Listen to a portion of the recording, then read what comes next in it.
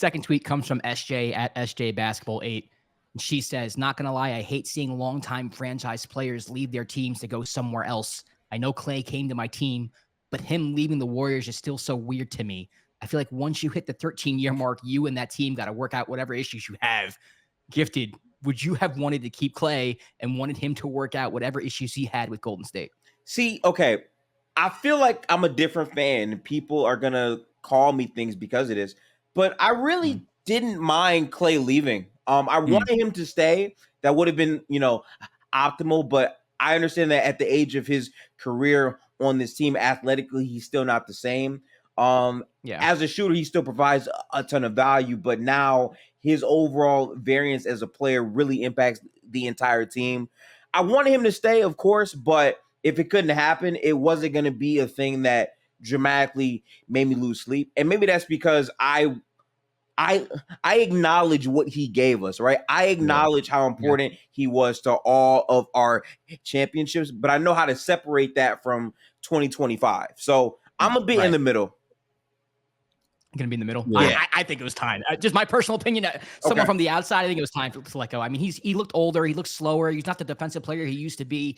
A lot of the Warriors championship teams, I mean, all of them really were predicated on defense on the perimeter. And being able, So, I mean, he's just not the same player anymore. And then to be honest with you, like his shot selection to me has always been trash. He's just always been a good enough shooter to get away with it.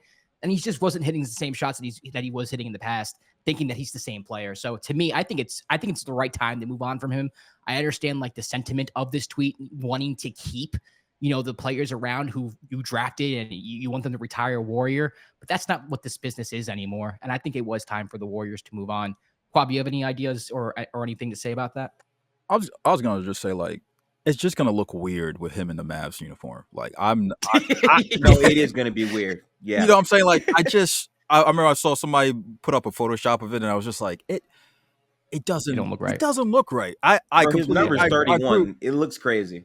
It looks crazy. Thank you. That's what I was going to say. The number looks crazy on top of that. And I agree with both of your sentiments.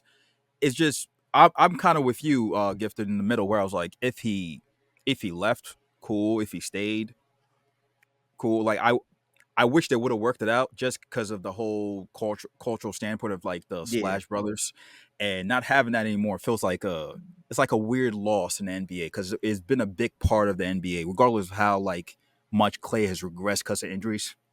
It just felt like that was still a staple. Like the Splash Brothers was always a staple in the NBA, so missing that is going to be weird. But again, I'm waiting for the first Mavs game because I'm gonna look at it and just be like, I'll be locked in for sure. Right? Yeah. I think the Mavs are not a bad team for Klay either because there's gonna be less movement he has to do, and they have 2 star players who can actually put rim pressure at the basket, not just Steph Curry. So his look should be easier, you would think.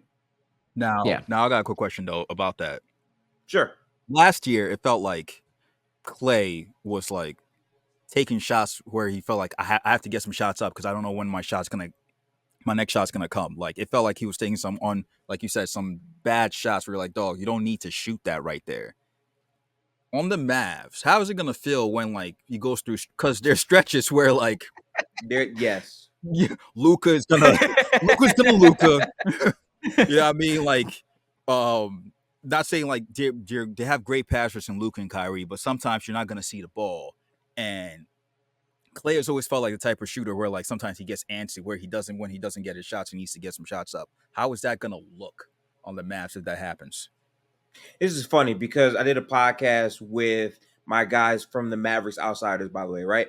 We talked about this, and I think what it comes down to is that for the Mavericks, based off who they gave up to get Klay Thompson back, Klay Thompson is the Michael Jordan version of Tim Hardaway. So it's like if he's getting 15 shots, 18 shots a game for the Mavericks, they find that acceptable because of how good of a shooter he is. My biggest thing with Klay is his confidence can wane if he gets pulled early. And Kerr, more than any other season, was pulling him, even at times where it wasn't fair to Klay, where, hey, it's a 10-point game. If you put Klay and Steph in, instead of this all-defense lineup, maybe they can cut into the lead. Instead, we get blown out by 30, right? Like, those are the moments where you kind of have to trust Klay to turn up. And I think the Mavericks can afford to do it more because, again, they have 2 star players who could put pressure on the defense more consistently. Now, defensively, is he going to close every night, every matchup? I can't confirm that. I just can't. Yeah.